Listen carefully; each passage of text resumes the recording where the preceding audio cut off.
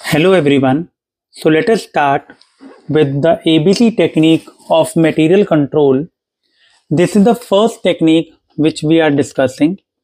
क्योंकि last video में मैंने आपको बताया था कि मटेरियल कंट्रोल क्या होता है, उसके ऑब्जेक्टिव्स या एसेंशियल रिक्वायरमेंट्स क्या होते हैं, और मैंने ये भी बताया था कि हम मटेरियल कंट्रोल या इन्वेंट्री कंट्रोल के लिए कौन कौन सी टेक्निक यूज करेंगे, जिसके अंदर सबसे पहली टेक्निक थी ABC टेक्निक और सिलेक्टिव कंट्रोल टेक्निक। ये वाला जो कॉन्सेप्ट है ये थ्योरी के पर्सपेक्टिव से बहुत इंपॉर्टेंट है, बिकॉज समटाइम्स डायरेक्टली क्वेश्चन आता है कि what do you mean by ABC technique, what are its advantages. But फिर भी मैंने आपकी रेफरेंस के लिए इसमें एक छोटा सा प्रैक्टिकल क्वेश्चन भी मैं आपको करवाऊंगा फॉर द बेटर अंडरस्टैंडिंग। तो ABC generally they call it as always better control. वैसे तो इसकी फुल फॉर्म हम इसको बोलते ही ऐसे ABC टेक्निक है, बट हम इसको ऑलवेज बेटर कंट्रोल भी इसकी आप कह सकते हैं कि इसकी फुल फॉर्म है। तो ऑलवेज बेटर कंट्रोल का मतलब क्या है? ABC टेक्निक हमें हेल्प करती है, जैसे हम अपनी प्रोडक्शन कर रहे हैं तो we might be using 4 type और 5 टाइप्स ऑफ मटेरियल और 3-4 टाइप्स ऑफ मटेरियल। तो कौन सा मटेरियल या इन्वेंट्री की कितनी वेटेज है या वो कितनी वैल्यू के हैं, उनकी यूसेज क्या है, तो उसके बेसिस पर हम क्या करते हैं, मटेरियल को एनालाइज करते हैं। We analyse the material according to their value और यूसेज, ताकि जो महंगी और कॉस्टली आइटम्स हैं उनको हम ज़्यादा स्ट्रिक्ट कंट्रोल या ज़्यादा केयर एंड अटेंशन दे सकें as compare to the material which is cheap. Because जो एक्सपेंसिव मटेरियल होगा उसको ज़्यादा केयर एंड अटेंशन की ज़रूरत होती है। तो हम क्या करते हैं, इसमें जो इन्वेंट्रीज होती हैं इनको हम 3 पार्ट्स में डिवाइड कर लेते हैं, that is A, B and C। A stands for जिसकी बहुत ज़्यादा वैल्यू है, B stands for moderate value and C stands for material which is you can say cheap in price but huge in quantity. भाई मतलब जो सस्ता है, और सस्ता है तो मतलब वो कुछ थोड़े से पैसों में ज़्यादा क्वांटिटी भी बाय कर सकते हैं, तो वो हम उस केस में हम उसको C कैटेगरी में डालेंगे। तो मैंने जैसे आपको बताया ABC technique is sometimes called as always better control. In this technique, materials are analyzed according to their value so that costly and more valuable items are given greater care and attention। जैसे मैंने आपको बताया कि जो costly material होगा उसको हम strict control में रखेंगे, उसको हम ज़्यादा care and attention देंगे। All the materials are classified according to their values, like ये टेबल मैंने आपको बताया हुआ है। अब मैंने यहाँ पर देखिए यहाँ पर पहला बनाया कैटेगरी, सेकेंड बनाया percentage of total value, third बनाया percentage of total quantity and type of control. ठीक है, अब ये जो टेबल मैंने बनाया ये आप अपने नीचे अपनी लैंग्वेज में भी इसको एक्सप्लेन कर सकते हैं अगर 9 मार्क्स का क्वेश्चन आता है या 10 मार्क्स का क्वेश्चन आता है। अब हम A कैटेगरी के अंदर कौन से मटेरियल को डालेंगे, the material which is of high value items. High value जिसका प्राइस ज़्यादा है, वैल्यू ज़्यादा है, मतलब उसके एक थोड़ा सा आप बेंचमार्क समझ सकते हो कि जिसमें मिनिमम 70% आइटम्स की वैल्यू, जैसे मान लीजिए हमारे घर में सबसे एक्सपेंसिव ऑर्नामेंट्स होते हैं गोल्ड एंड सिल्वर, वो क्वांटिटी में सबसे कम होते हैं लेकिन वैल्यू में सबसे ज़्यादा। तो यू कैन से ये जो 70%, मतलब ये जो A कैटेगरी में हमने कौन सा डाला, जो हमारी टोटल मटेरियल की वैल्यू है उसका 70% सिर्फ A मटेरियल की वैल्यू है, जबकि इसकी क्वांटिटी कितनी है, 10% ही। इसका मतलब आप उसकी क्वांटिटी तो बहुत कम खरीद पा रहे हो बिकॉज वो हाईली प्राइस वैल्यू वाला मटेरियल है। तो उसको हम क्या डालेंगे, कैटेगरी A के अंदर, और उसको कैसा कंट्रोल देंगे, स्ट्रिक्ट कंट्रोल, बिकॉज उसको हमें हमारी केयर एंड अटेंशन ज़्यादा चाहिए। ठीक है, जैसे for example we keep our gold and silver ornaments in you can say with very safety with proper care. तो ये 10% of total quantity but approximately value would be 70%। ये कोई बेंचमार्क नहीं कि 70% होना चाहिए तो 10% होगा तभी हम A में डालेंगे। मतलब मान लीजिए कल को क्वेश्चन आता है तो उसमें से जो सबसे ज़्यादा वैल्यू का होगा और जिसकी क्वांटिटी सबसे कम होगी, ये जनरली आपको मिल जाएगा, तो वो कैटेगरी A में आएगा। सेकंड में आता है मॉडरेट वैल्यू, और B कैटेगरी में कौन से आते हैं, मीडियम वैल्यू आइटम्स, जैसे जिसकी वैल्यू थोड़ी कम है, 25% ये टोटल मटेरियल की वैल्यू, और क्वांटिटी थोड़ी ज़्यादा है 30%, तो इसको हम देंगे मॉडरेट कंट्रोल। थर्ड आ गया low value items. Low value items क्या होती हैं, जिसकी परसेंटेज वैल्यू अगर आप चेक करोगे तो वो कम होगी लेकिन क्वांटिटी में वो बहुत ज़्यादा होगा। इसका मतलब थोड़े से ही पैसों में ज़्यादा क्वांटिटी आ रही है, तो इसका मतलब वो लो वैल्यू आइटम्स होंगी। उस पर आप लूज कंट्रोल कह सकते हो, कि आप उस पर थोड़ा सा लिबरल हो सकते हो as compare to strict control और मॉडरेट कंट्रोल। तो ए बी सी हम कैसे डिफाइन करते हैं? On the basis of their value, क्योंकि जिसकी वैल्यू ज्यादा होगी उसकी परसेंटेज ऑफ क्वांटिटी भी क्या होगी? कम होगी। तो इसी को आप नीचे एक्सप्लेनेशन में दे सकते हैं, वरना आप ये भी करेंगे तो इससे भी आपके एक्सप्लेनेशन पार्ट पूरा हो जाएगा। तो आगे देखिए क्या लिखा हुआ है। The point of classifying stock into A B and C categories is to ensure that management focuses on A item, जो कंपनी की मैनेजमेंट है, विद सोफिस्टिकेटेड कंट्रोल्स, क्योंकि सबसे ज्यादा वैल्यू उसी की है। Thus, ABC technique is a selective control which aims at concentrating efforts on those materials where attention is needed the most। तो ये selective control कैसे है कि भाई ताकि हमारा जो मेन एम है कंट्रोल, जो कंट्रोल किस पे रहे, जो वो मटेरियल जो बेसिकली जिस पे अटेंशन ज़्यादा चाहिए और जो ज़्यादा वैल्यू का हो। तो एबीसी टेक्निक की क्या एडवांटेजेस हैं? सबसे पहला तो यही है, closer and strict control on those items which represent large funds, जैसे हमारा ए में आ गया। It helps in maintaining high stock turnover rate. तो हाई स्टॉक टर्नओवर रेट का मतलब क्या होगा? स्टॉक टर्नओवर रेट तो कई बार क्या होता है, जैसे जो लूज आइटम्स हैं, हाई प्राइस आइटम्स हैं, तो वो हम उसी वे में हम उसको कंट्रोल और स्ट्रिक्ट हम कंट्रोल और केयर करते हैं, ताकि जो हमारा स्टॉक है वो बेसिकली हम उसको यूज करें और उसको सेल आउट करते रहें। तो स्टॉक टर्नओवर रेशियो, ठीक है। Economy in carrying cost. Economy in carrying cost का मतलब क्या होता है कि जो, अब देखो, जो भी मटेरियल हमारे पास रखा है हमें उसको स्टोर करके रखना पड़ेगा, उसकी केयर एंड अटेंशन देनी पड़ेगी। तो हम ज्यादा क्या करेंगे कि हम ए पे ही ज्यादा फोकस करेंगे, उसके बाद बी पे और फिर सी पे। तो कैरिंग कॉस्ट मतलब यू कैन से स्टोरेज कॉस्ट जो हमारी होती है, हम उसको एक अच्छे वे में मैनेज कर सकते हैं। And the last, investment in inventory and funds can be utilised in best possible way. तो भाई जो आप इन्वेस्टमेंट कर रहे हो इन्वेंट्री के अंदर, तो बेसिकली आप कोशिश करोगे कि हम उतनी ही क्वांटिटी खरीदें जितनी जिसकी रिक्वायरमेंट है, बिकॉज अगर ज़्यादा महंगी आइटम ज़्यादा खरीद ली तो उसका कंट्रोल में ही स्टोरेज कॉस्ट की बहुत ज़्यादा हो जाएगी और हमारी ब्लॉकेज ऑफ फंड्स हो जाएगा। तो ये हमारा एबीसी कंट्रोल का शॉर्ट नोट था। अब हम डिस्कस करेंगे इसके ऊपर एक छोटा सा प्रैक्टिकल क्वेश्चन।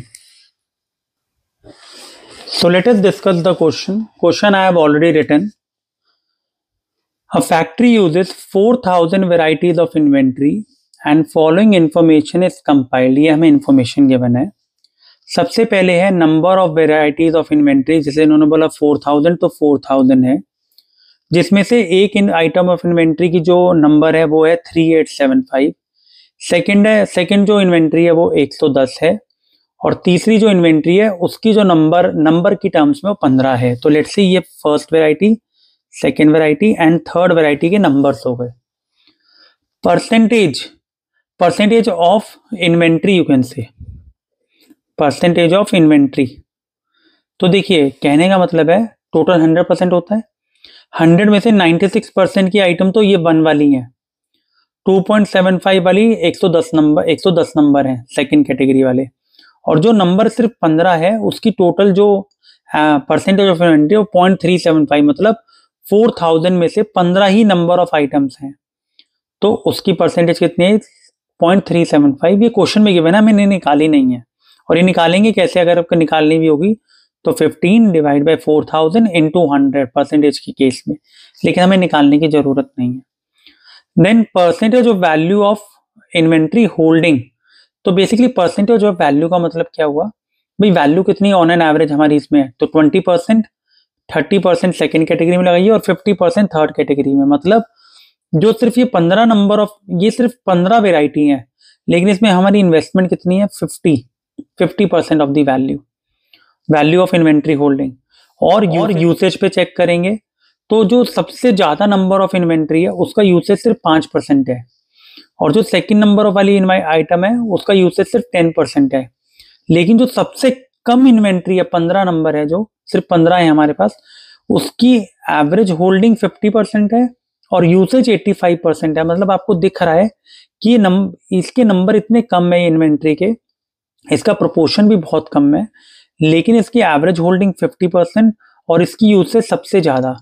तो कैन यू अंडरस्टैंड कि what I am trying to say, कि जैसे हमने वहां पढ़ा था कैटेगरी ए में आएगा जिसकी 70% होल्डिंग है और 10% कम से कम स्टॉक।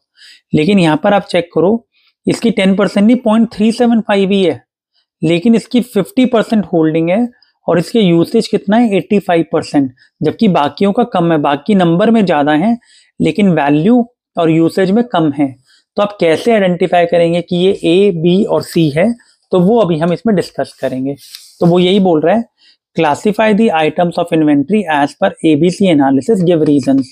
तो लेट्स से सबसे पहले हम कैटेगरी का ही कॉलम बना देता हूं मैं आपका यहाँ पे। पहले आप समझ लीजिए, second number of items, third percentage of value, जो गिवन हम वही कॉपी कर रहे हैं, एंड नंबर, और यू कैन से आप इसको नंबर की जगह पे ऐसे कर सकते हो, percentage of usage, percentage of usage. Now you can see, सबसे पहले आप क्या देख सकते हैं, कैटेगरी ए में आपको कौन सी आइटम दिख रही है, थर्ड वाली ए। नंबर ऑफ आइटम्स इसकी कितनी है 15, परसेंटेज ऑफ वैल्यू इसकी कितनी है 50, ठीक है, और परसेंटेज ऑफ इन्वेंट्री यूसेज इसका कितना है 85, सबसे ज्यादा यूसेज इसी का ही है। सेकेंड कैटेगरी में नंबर में देखिए 15 के बाद 110, इसकी परसेंटेज ऑफ इन्वेंट्री कम है, मतलब ये नंबर में ये भी, अगर इसकी टोटल परसेंटेज देखोगे ये भी कम है, लेकिन इसकी इन्वेंट्री वैल्यू कितनी है 30 और यूसेज 10। बाकी जो लास्ट वाली है, फर्स्ट वाली, मतलब इस केस में ये नंबर में सबसे ज्यादा है, नंबर में ज्यादा है, मतलब इसकी परसेंटेज ऑफ इन्वेंट्री तो बहुत ज्यादा है, मतलब ये नंबर ह्यूज नंबर में पड़ी है हमारे पास, लेकिन इसकी वैल्यू सबसे कम है होल्डिंग की, और इसकी यूसेज भी सबसे कम है। तो इसका मतलब ये सी कैटेगरी में जाएगी। तो बी में कौन सी जाएगी, number of items 110, percentage of value 30 and 10% usage.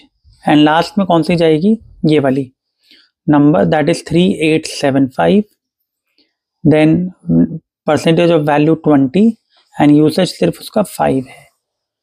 Usage वाला कॉलम हो सकता है कुछ क्वेश्चंस में गिवन भी ना हो, लेकिन आप आइटम्स और परसेंटेज ऑफ वैल्यू पे चेक कर सकते हैं। अब आप कहेंगे वहां तो आपने 70% और 10% बताया था थ्योरी में, लेकिन अगर आप चेक करोगे तो ए में कौन सी आएगी जिसकी सबसे ज्यादा वैल्यू और नंबर ऑफ आइटम्स में या प्रोपोर्शन में वो सबसे कम है, तो वो ए होगा। वो एक बेंचमार्क होता है कि 60 to 70% वैल्यू वाले जो होते हैं वो ए में आएंगे। तो इसमें है ही नहीं 60 to 70, तो हमने जो सबसे पहली परसेंटेज थी ज्यादा उसको हमने ए में डाला, वो नंबर में कम है, तो इस तरीके से हम इसको लिखेंगे। अब हम इसका रीजन देंगे। रीजन मैं आपको एक का लिख के दिखाता हूं क्योंकि बाकी का रीजन सेम ही है। जैसे for example category A, category A, तो इसके अंदर हम क्या लिखेंगे, category A 15 items representing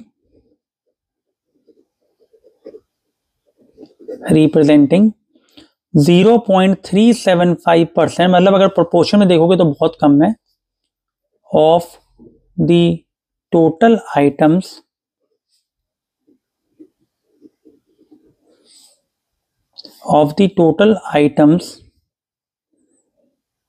require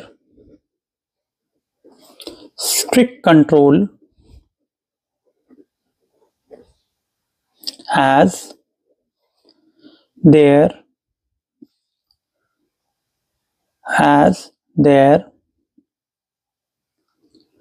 total inventory value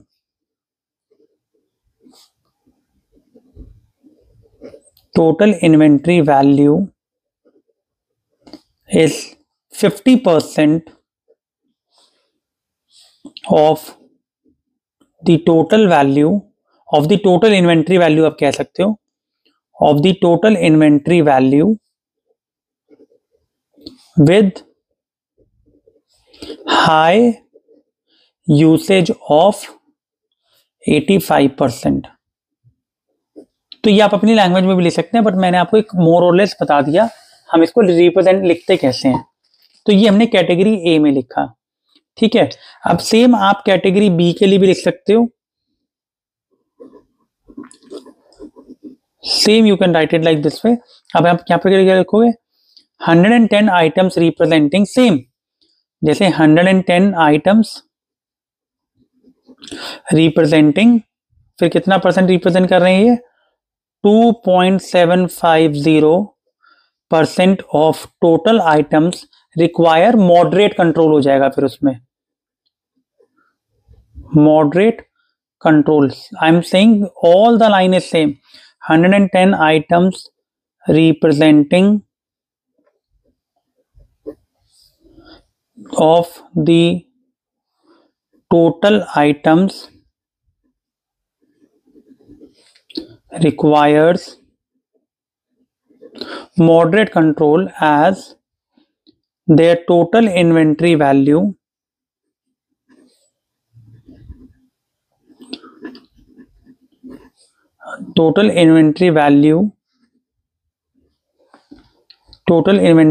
is only, आप ऐसे लिख सकते हो, is only 30%, ठीक है, with usage of 10%। तो आप समझ रहे हैं, आप इसको लिख सकते हैं अपनी लैंग्वेज में, बट आपको रीजन देना पड़ेगा। हमने रीजन यहाँ क्या दिया, मैंने बताया यहाँ स्ट्रिक्ट कंट्रोल होगा या मॉडरेट कंट्रोल होगा।